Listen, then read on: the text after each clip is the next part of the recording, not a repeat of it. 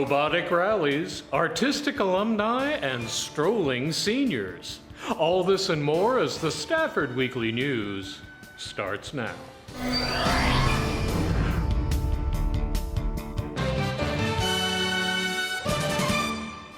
Welcome to the Friday, March 22nd edition of the Stafford Weekly News. I'm Randall Williams. The Spartan basketball team has been having quite a season. Here's some highlights and some guest sports commentators.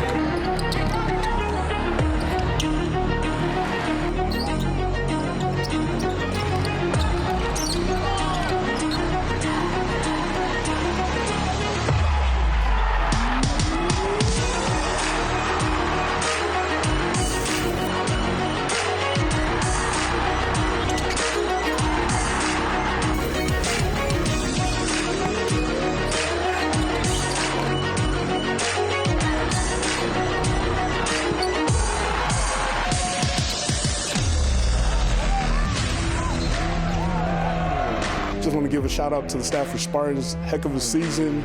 Proud of y'all. Keep your heads up. Y'all did a great job. Just keep up at it. Once again, your whole city, your community, we're proud of you and keep up the good work, and we're looking forward to what y'all are doing in the future. Hi, I want to congratulate Stafford basketball. You made to the state. We are so proud of you.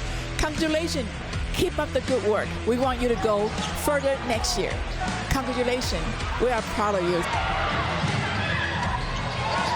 Hello, I want to congratulate the Stafford Spartans basketball team. Y'all did a great job. Y'all played with heart. We're so proud of you. We're excited for you. Never give up, and we'll see you next year. Just want to give a big shout out to our Stafford High School basketball team. I am so proud of you guys, Coach Montano and the whole crew. All these players. I've had the privilege of teaching some of you in class back in Spanish and middle school.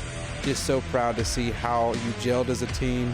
You worked together, you used your strengths, and you got so far. Just so proud. And I know you have amazing things to come for your future, whether it's in college or next season. We're looking forward to the new heights you're going to achieve. Thank you for bringing some joy to our community, and keep up the awesome work. Thank you. I am very proud of our basketball team, and they are amazing. And I wish them good luck again. Let them go higher and higher. Thank you so much. We are very proud of you. Thank you so much. Have you heard of the first Lego League? SMSD has been hosting their state championship competition for 10 years now. Sean Pettit goes on the floor to bring us this story.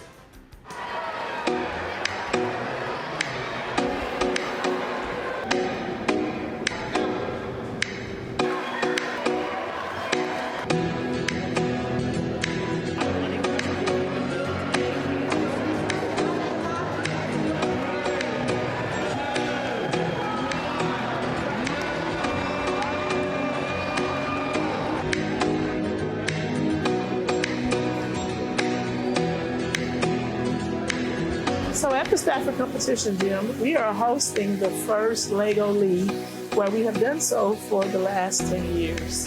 Over 64 schools are participating in this competition.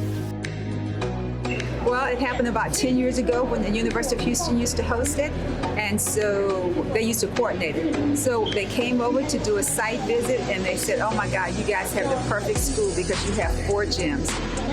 Back before they started hosting it here, it used to happen over a weekend. So it took 2 days to do what we do in one day. And that's because we have the 4 gyms to accommodate all the teams. This is the state championship. Teams will go to a local qualifier event, and from there they can advance to a regional championship.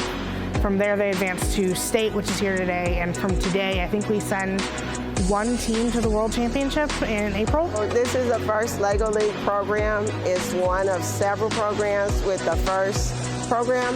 FIRST stands for Inspiration and Recognition in Science and Technology, and this goes from ages 9 through 14. Season begins in August. That's when the game is released. At that time, each team registers with the FIRST headquarters, and they receive this challenge pack. This has several missions on it, but more importantly, this is more than just the robot. There's an innovation project that goes along with it.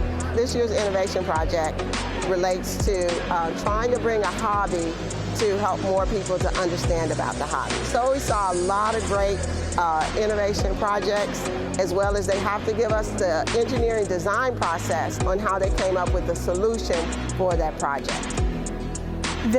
They have 15 missions across the board. Yeah, 15. And they are presented with more challenges than they can do in 2.5 minutes.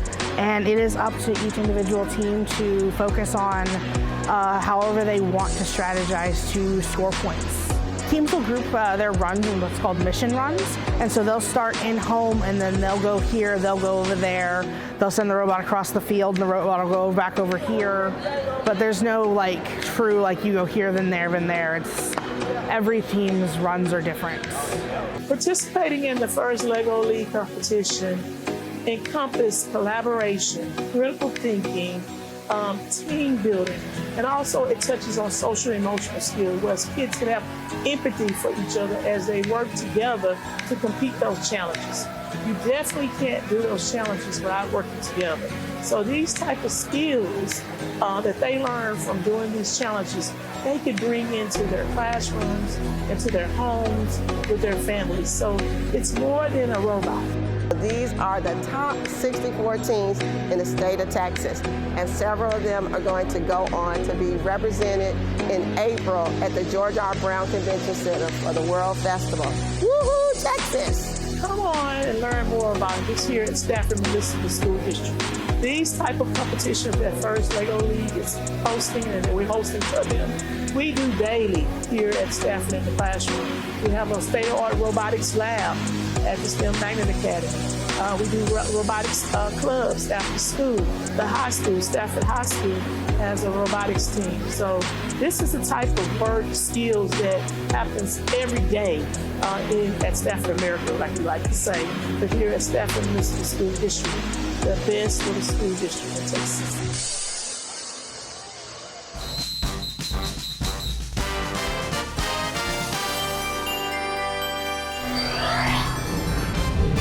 Natural nutrition next.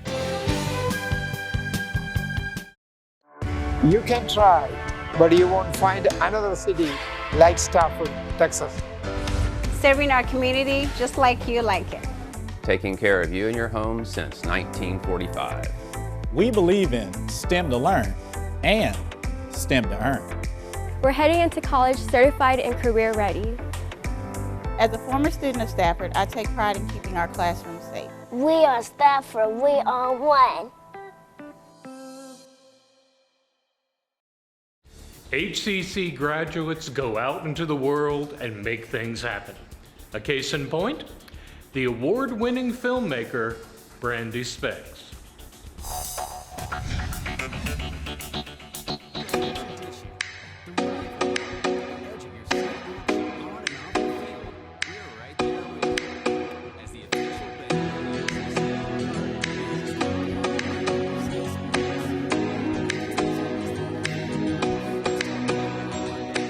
Hello everyone, I am a multi-nominated award-winning filmmaker here in Houston, Texas.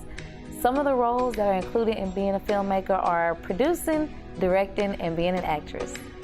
Some of the movies I have worked on are Fair Play, Karma, Only a Few Fans, Induced, Behind Closed Doors 1 and 2, Do's and Don'ts of Dating, Love and Coffee, Laced, The Perfect Wife 1 and 2, The Jealous Daughter, Weekend Getaway, La Familia, Bruised, and many more.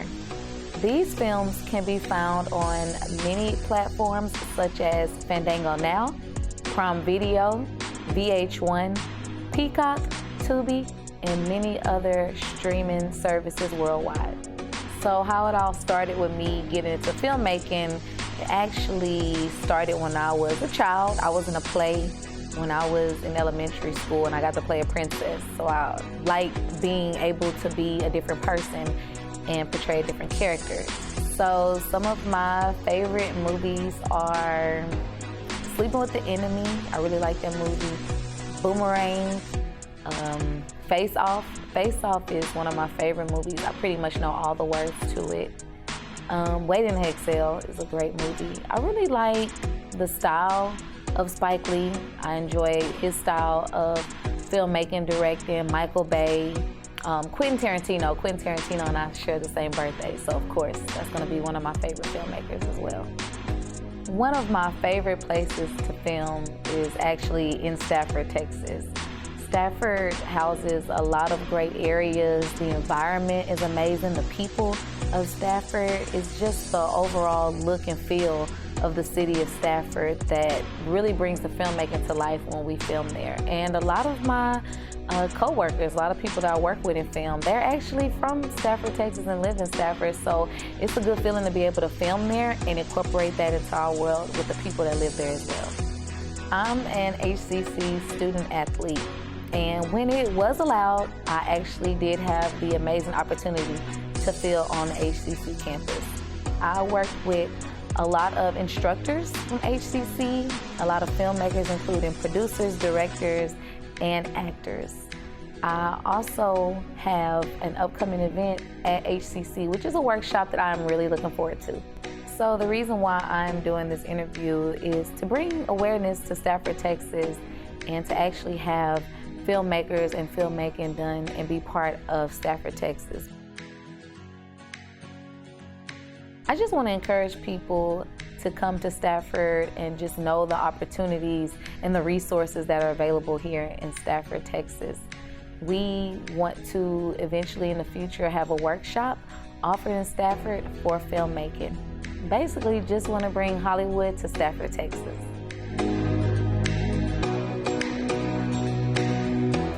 College students are always on the go, and sometimes that means eating equally on the go, and not always the healthiest choice. So HCC's Rec Sports Department brings them a better idea, from farm to fork. The thing about going to classes at HCC is that sometimes a fun opportunity will pop up. In this case, a free lunch, with a twist. So we're having From the Farm to the Fork, where we're trying to introduce healthier food options for students, give them tips on having on-the-go healthier snack options to live a better life inside and outside, and a happier life, and being energized from day to day. So we have a food display set up, healthier snack options set up for the students on the go, lunch to grab on the go for healthier options of eating. Then your everyday chips and sodas and Snicker bars and candy bars, just healthy options to live a better, healthier life.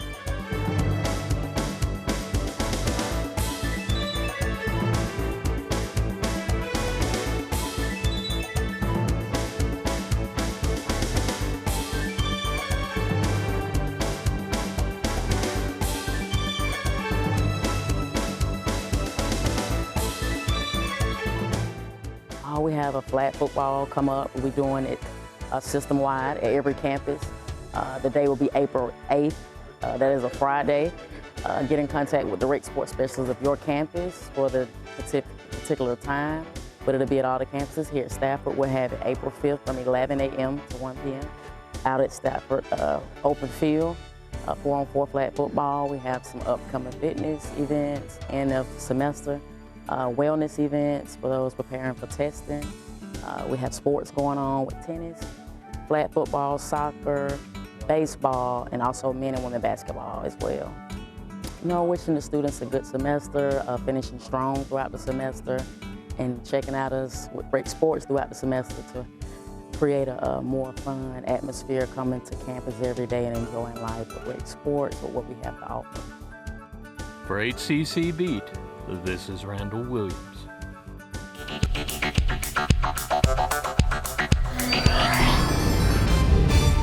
Living History, next. In Stafford, diversity is not just a number, it's who we are. When you are here, you become part of the story. You can sleep well knowing we're always on the job and looking out for you. It's a great place for growth and opportunity. Tradition starts here. We teach your children and we stick around for your grandchildren. We are one. We are Stafford. This is the city of Stafford, and we are one. Fort Bend Seniors presents much more than the Meals on Wheels program and holds a unique and healthy fundraiser each year, featuring a nice walk around the park and wellness fair.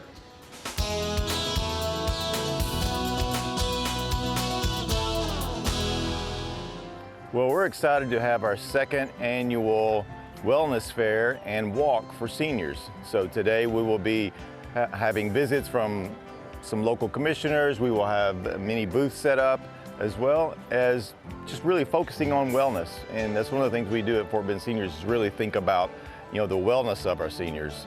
So we're here to celebrate that, have a good time, and hopefully between the showers, get in a walk. We will walk around the lake here at the park, and that's about a 1-mile walk. So hopefully we'll all make it through, and maybe we can even do a couple of laps, hopefully today. So we will do that. Just to honor our seniors, not timed or anything. We're pretty laid back, so we're going to just have a good time and walk around the lake.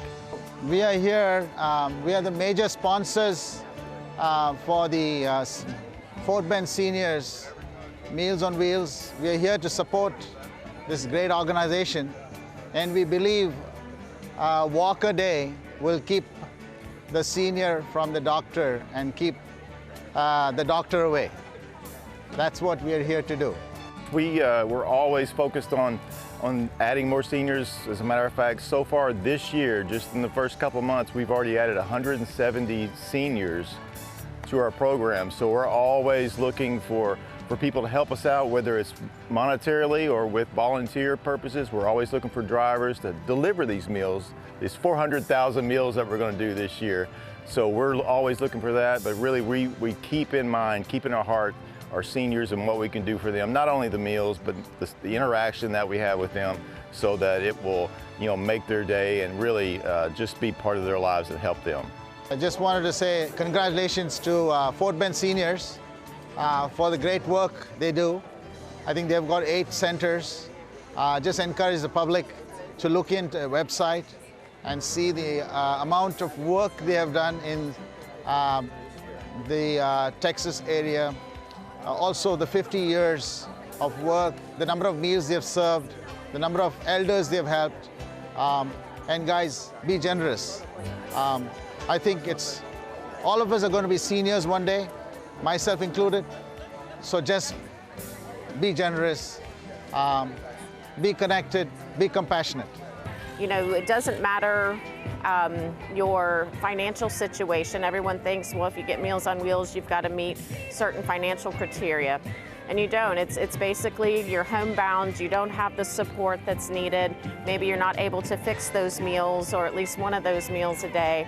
And so there's different things that allow you to be able to qualify for our programs. Oh, and one other thing, we actually also help our seniors with their animals. So if they need pet food or other things like that, we service get a lot of dog food, cat food donated, bird food donated. So we also help with that as well.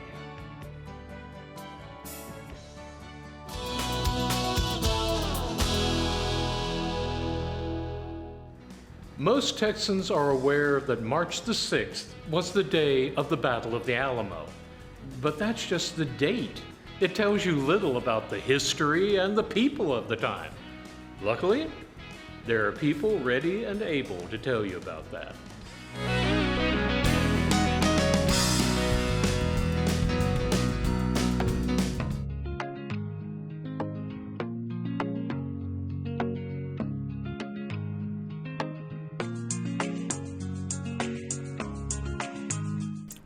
Today's presentation was about the soldiers of the Texas Revolution. As most of you probably know, the Texas Revolution began in the year 1835. It ended in the year 1836. It was a vicious war that separated what had been the colony of Texas from its parent country, Mexico.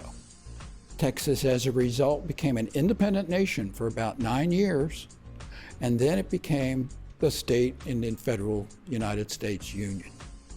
So this was a fairly significant situation here in Texas that helped the expansion of the United States. People on the outside looking at this event would say, well, the Mexican army has them outnumbered, has them outgunned, they have far more cannons, they have trained professional soldiers, they will win easily. But that's not what happened. So, Texas, the Battle of San Jacinto, won that war. They captured the Mexican head of state, General Santa Anna, and they forced him to sign 2 treaties. And that's how the Texans became independent and a separate country from Mexico. As a typical representative items used by the Texans in this time period, a lot of Texans wore simple slouch hats. This kept the sun and the rain off. They're still popular with ranchers and farmers. If you didn't have the means to buy that hat, you might have one of those. This is a raccoon skin cap, and this would be cheap. A typical outer garment for a Texan would be a deerskin hunting coat. Fringe was very popular as a decorative element on these coats. And you can see that this one's getting a little dirty. They tended to get, according to one of the Texans who wrote his memoirs, you could tell the age of leather garments because they went from a kind of a mellow yellow, fresh color to black. To operate his flintlock rifle, a Texan is going to need a hunting bag and a powder horn. This is how most people carried gunpowder. If the gunpowder got wet, the gun wouldn't work, which could be literally a life-threatening situation. Our civilization tends to forget we are a forward-looking people. We don't tend to carry a lot of grudges, even for some particularly heinous crimes. But the corollary to that is, frequently we're not looking back at where we came from. The Texas Revolution is a very good example of that. A lot of Texas people sacrificed sometimes everything for what they believed was a very good cause, is to get their lives out from under a tyrannical government. So, by making it, by talking about it, by going into schools sponsored by organizations like Young Audiences in nice places like Sugar Land Branch Library, that's my opportunity to communicate to people about the past and how important it is to them and how they got to this point in time.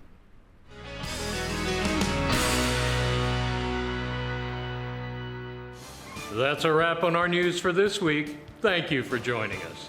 For everyone here at Stafford Weekly News, I'm Randall Williams. May all your news be good news.